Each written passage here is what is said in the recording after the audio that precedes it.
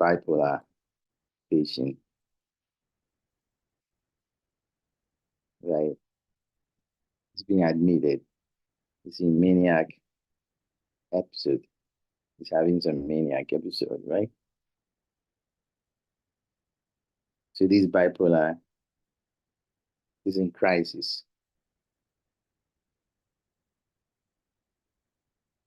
Which of these activities is okay? One, what do you want to do? Like, let them do dancing. Two, maybe walking. Three,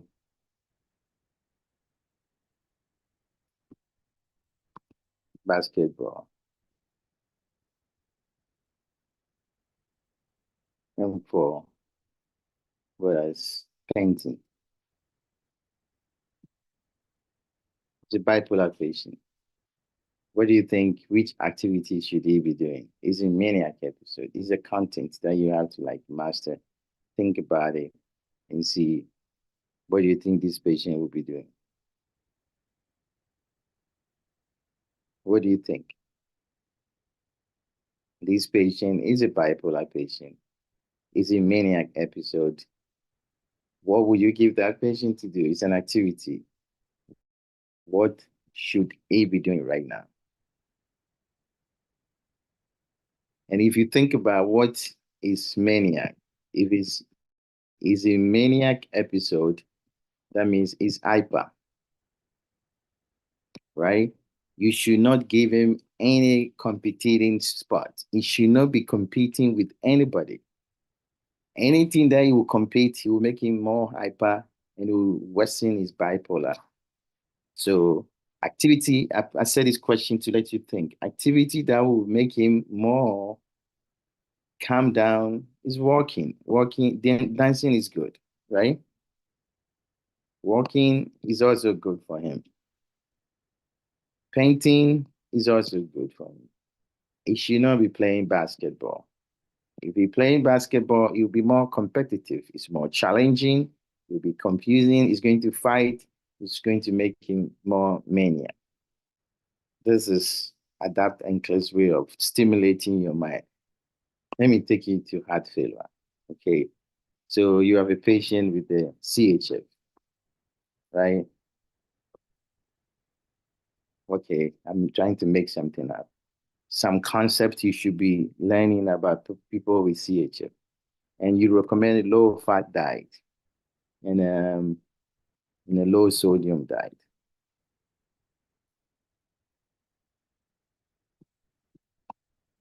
Okay, now I'm going to list a bunch of food. Tell me which one you should be eating or you should not eat. 5, 6. So which one you should avoid? Right. Tell me which one you should avoid. Somebody said 2, 3, 4, 6. Which one has a lot of sodium in it? Which one has a lot of fat? Think about it. Critical thinking, right? There's too much salt. You can't use it. Biscuits, too much. It's all processed, right? Flavored rice is also processed. Too much stuff in it. Boiled chicken is good. Fruit salad is good. And grilled hamburger is not good. So you should avoid 1, 2, 3, and 6. Those are the ones you should avoid. So these ones are good. So 1, 2, 3, and 6 are the things he should not be eating because it's not good for him. It's not good for him. It's a content using salt and then fat diets to figure out what is going on with the patient. Okay, I'll give you another question. So you have a patient with this cervical spine injury. Is in the rehab. You complain of severe headache. What is your next action? You are the next. So, option 1, check his blood pressure. Option 2, give pain medication.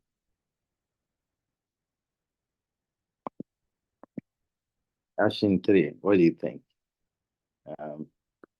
Assess his pain level on 0 out of 10 scale. Yeah, option 4, upright position. Critical thinking question. But at the same time, thinking critically, look at the question, how to answer questions, and how to look for what I call buzzwords using, and then when you find your buzzwords, you have to be sharp about everything. That's all. What do you think the patient will do? Think about it. Read the question slowly, find the buzzword, figure out, okay, headache, right? Figure out what am I trying to ask you. And then when you figure it out, it's easy, right? It's easy. So which of this would you do? Cervical spine injury, in the rehab, complain about severe headache. What is your next action? That's anything in that question act like a buzzword to you. Does it buzz in your ears and said, yay, this is serious? Checking his blood pressure is not going to help you. So this is wrong. Giving him pain medication is not going to help you. You have 1 second. If he has autonomic dysreflexia, then assessing his pain is not irrelevant. He has ICP issue. That's why you put him upright position.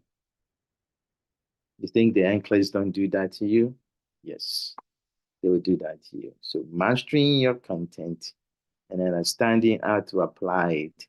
And how do you apply it? You read the question and you look for the buzzword. It should be buzzing in your ear. Cervical spine injury and headache is autonomic dysreflexia. So if I give you a case and I said, a 25-year-old female,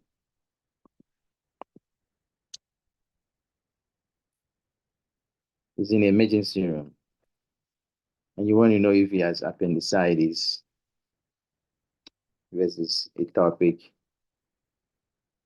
pregnancy. What do you think you're going to see in physical exams? And what are you going to see? Yeah. So 1, 2, 3, 4, 5, 6, 7, 8. Which one belongs to appendicitis? Which one belongs to ectopic? Right? Which one belongs to that? That's what somebody said. He said 5 is a topic. So 5, we put you on the topic side. Somebody said 2, 3, and 2, 2, 3, and 6 is appendicitis. 2, 3, and 6 is appendicitis. That's what somebody said. Received there, right? Somebody said 3, 4, and 6 is appendicitis. 3, 4, and 6 is appendicitis.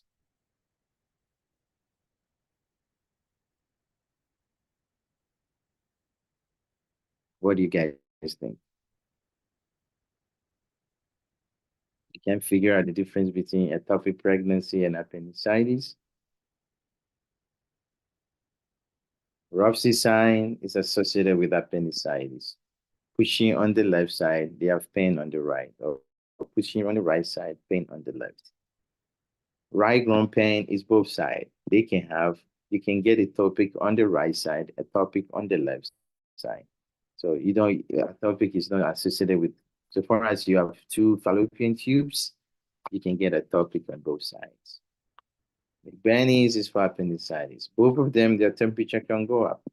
It's an inflammation process. It's dangerous. Both of them, their Y can go up. Leukocytosis, right? Vaginal spotting is for ectopic. Both of them, their heart rate is going to go up. Sepsis and shock. And both of them, their respiratory rate goes up. Okay, I've given you a lecture on appendicitis, ectopic pregnancy. Right. This guy, Aina, it's 3. It's PTT. No, it's PT. About 40. That's flapping.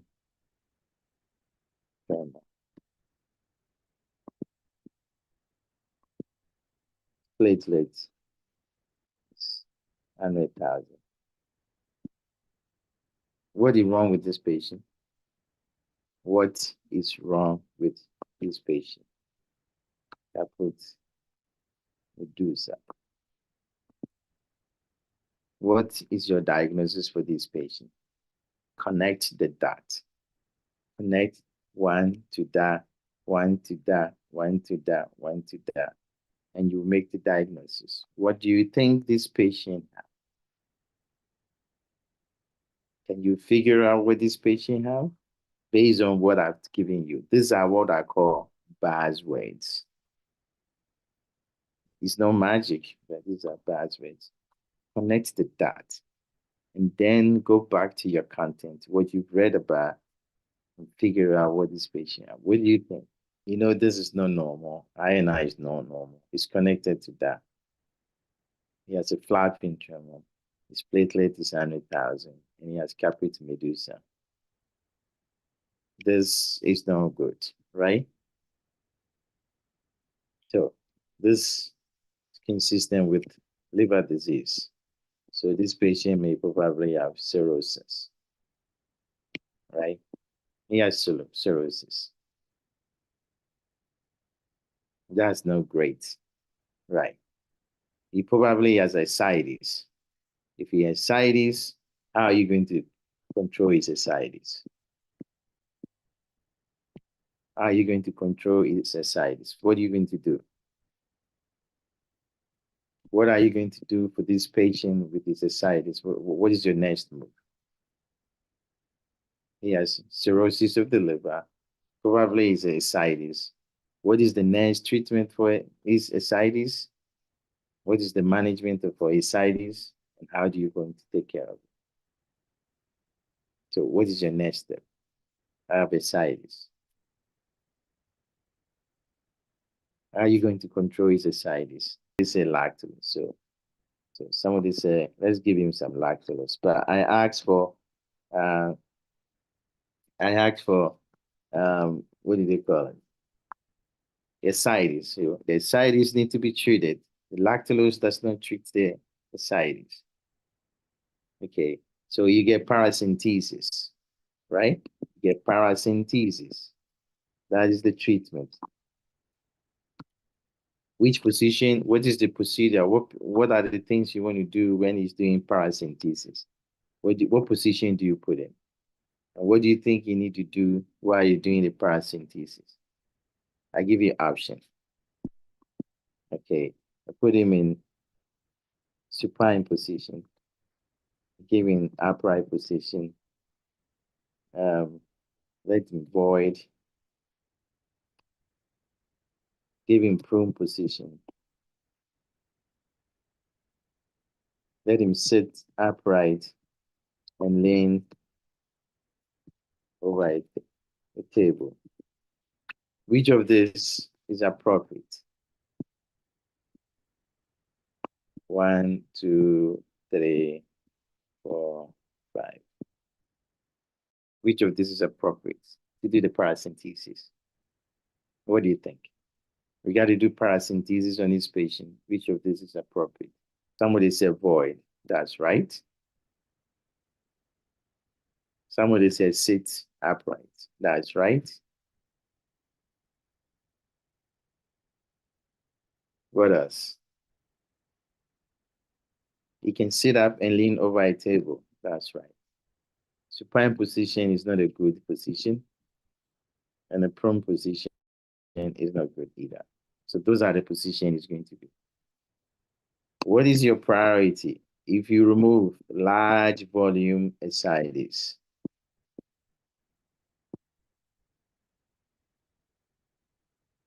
And now the patient is what? Hypotensive.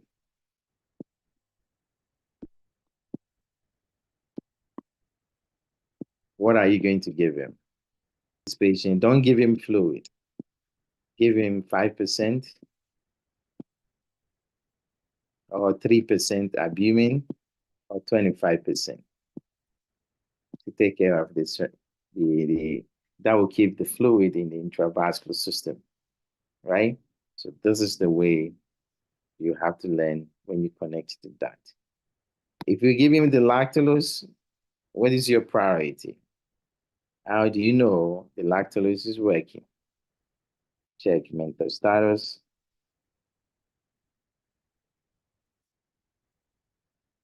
Check ammonia level.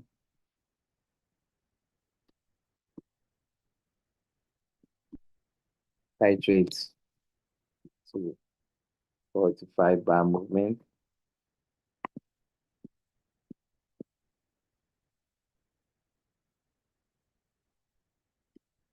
Check BMP.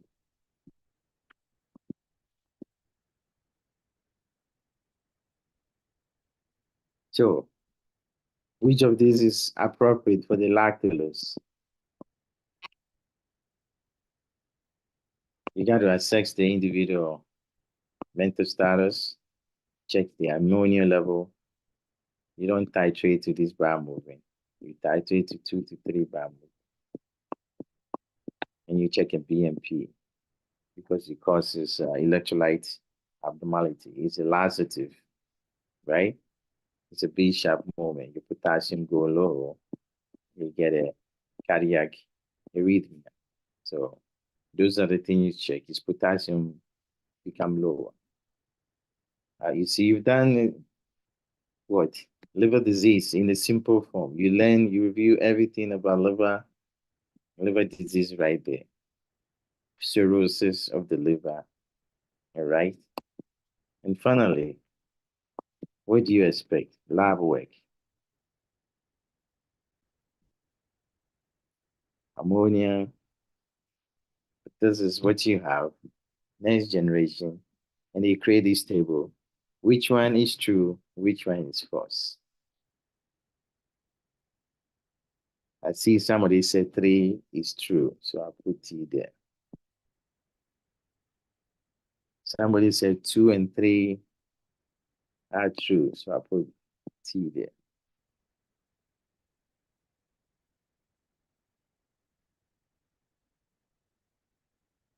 What else is true?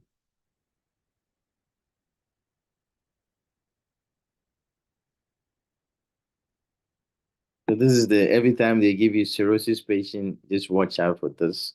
It's coming. Something you should be familiar with. Ammonia is false. Okay, platelet is true. AST is true. It goes up. If AST is up, test taking strategy, ALT should be up. So this is false. Albumin is true. And bilirubin is false. We need a biopsy. We need a biopsy, liver biopsy.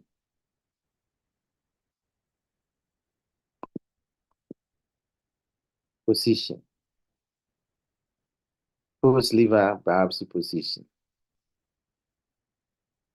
Which of this is concerned? That is liver biopsy for you. Trying to make your learning interesting by doing on the go. Basically, right?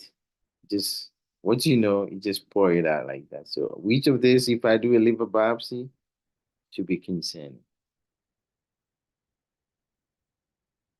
I can tell you this is concerning. It's abnormal. Anxiety is abnormal. It's bleeding. Curling is also bleeding. Retinal is also bleeding. Left side is also bleeding. Supine position is also bleeding. BUN up is still bleeding. Urine output down is still bleeding. And confusion is it bleeding. This is the way your board will ask you that. All of this is bad and is concerning. Review liver, signs and symptoms. What did they call it? Lab work, post-liver biopsy, and prioritization. This is the B-sharp moment. Thank you for watching. Thank you for staying around. Like I said, if you want to join adapting class, you can join us in our review that is coming up soon. And then these are the topics that will be covered. Class pharmacology. You have a good day and enjoy learning. All the best of luck. Bye.